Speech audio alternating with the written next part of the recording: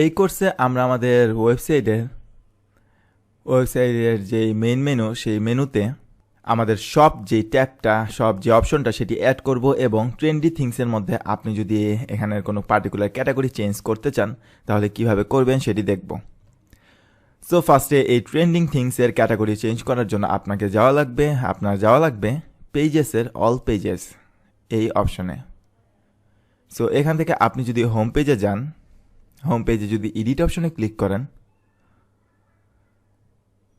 তাহলে আপনি এখানে দেখতে পারবেন ট্রেন্ডিং প্রোডাক্ট এই ব্লকটি।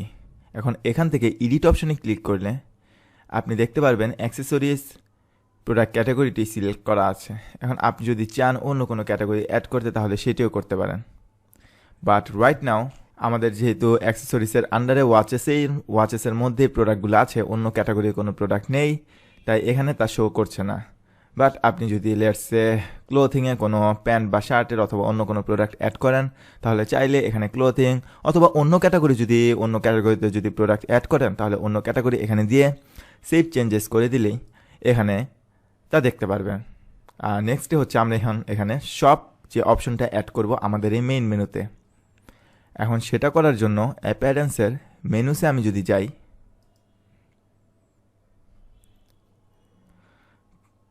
মেনুসে যাওয়ার পর এই ড্রপডাউন থেকে আমি চুজ করব প্রাইমারি মেনু।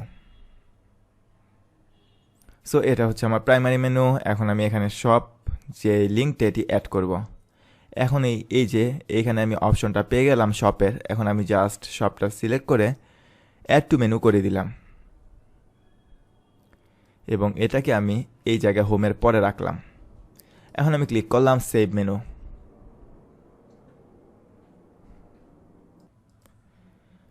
এখন আমি যদি এই ওয়েবসাইটটা রিলোড দিই তাহলে দেখুন আমরা কিন্তু সব অপশনটি অ্যাড করে ফেললাম। এখন আমি যদি শপে ক্লিক করি তাহলে দেখুন আমরা সব পেজে কিন্তু নেভিগেট করে ফেললাম।